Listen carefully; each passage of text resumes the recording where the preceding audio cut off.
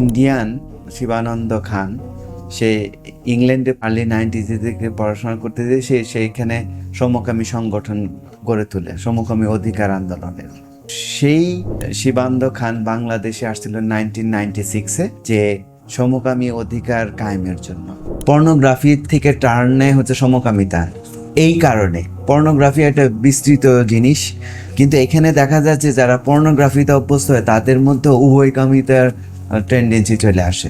LGBTQ এর মধ্যে যে ট্রান্সজেন্ডার, লিঙ্গ বৈচিত্র্য, এইটা হচ্ছে সমকামিতা চরমপন্থী ভাষ্য। এইটাই আমাদের দেশে প্রমোট করা হচ্ছে।